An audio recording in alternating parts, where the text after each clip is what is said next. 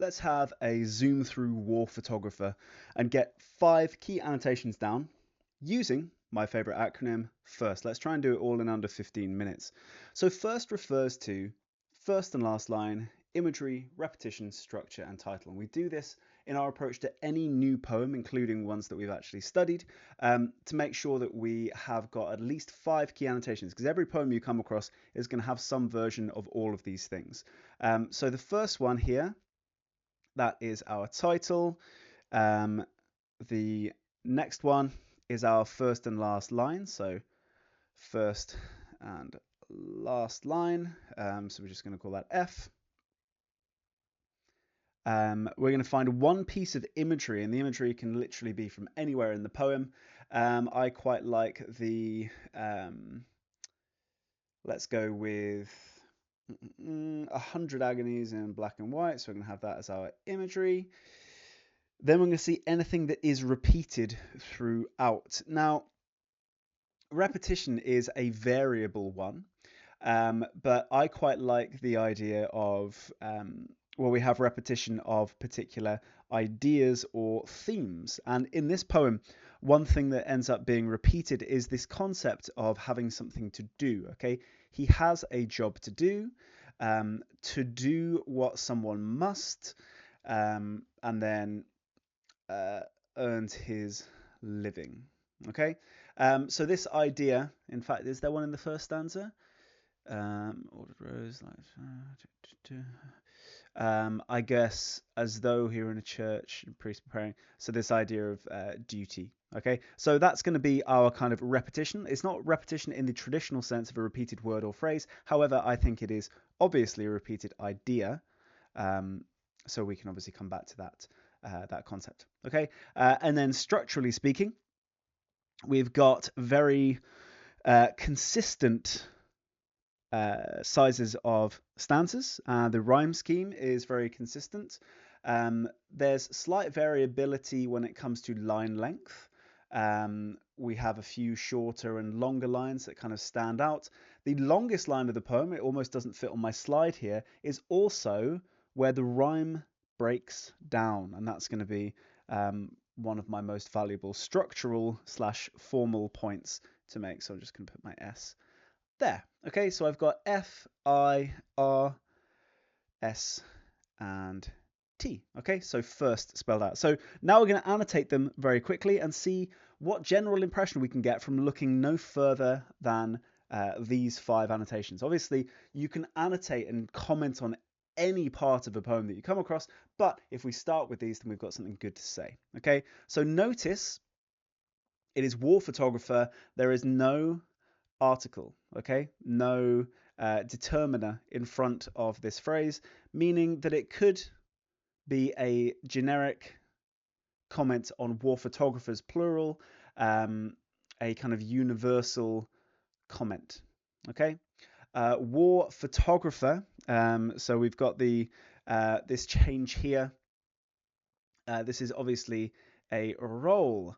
It is not an individual. Okay, this is not a person that we're looking at, but someone who is fulfilling a role, a job.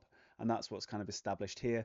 War, obviously, we're expecting some pretty heavy things to be depicted. Okay, so we're thinking it's probably going to be quite an intense poem if someone has to film these really difficult things. Okay, then we're going to look at the first and the last line. The reason that we look at first and last line is to see what changes and what stays the same from the start of the poem to the end of the poem. Okay, so I'm going to start by drawing this line so we can have a little comment. Okay, in his darkroom, he is finally alone. Okay, so it starts by being fairly personal. So with the determiner his, that possessive determiner, and also the pronoun he. So this is obviously a character that we're looking at. So maybe it's going to be potentially kind of more intimate. So our first impression is that this isn't just not just a role. This is in fact an individual. So it kind of challenges that idea. This person is going beyond simply their role. However, we also have this bit of what we call jargon with the darkroom. It's a very photography specific term. So it also places him as this photographer. Finally, alone implies he was seeking this kind of peace. Okay, it's been a long time since he's been on his own, so he's been seeking peace.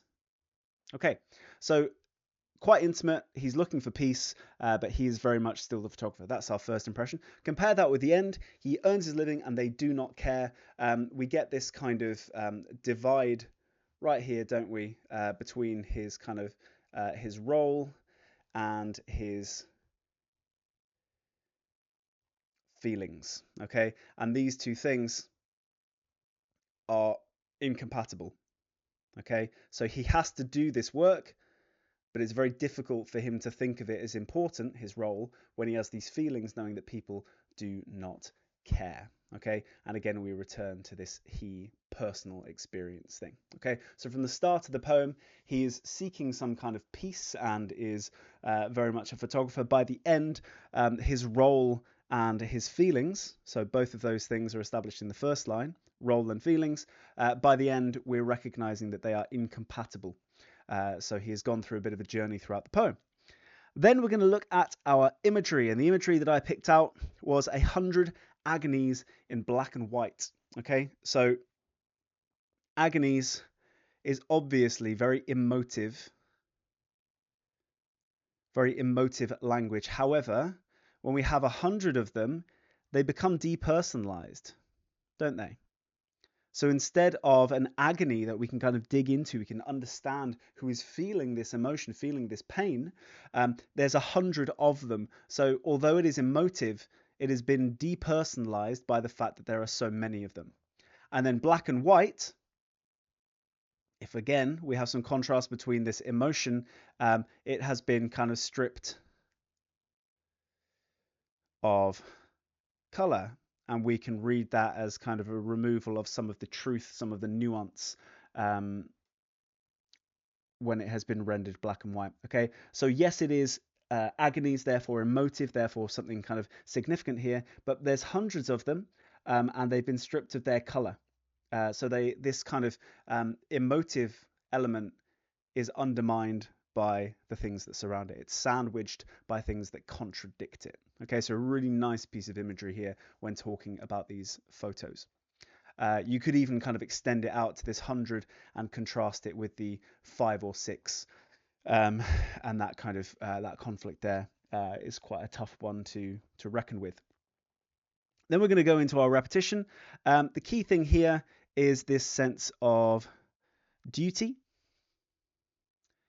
So we have a repetition of this sense of duty. Okay, so he has a job to do. He is a priest intoning a mass. To do what someone must. There is a sense of duty in all of this, and as we know, this is in kind of stark contrast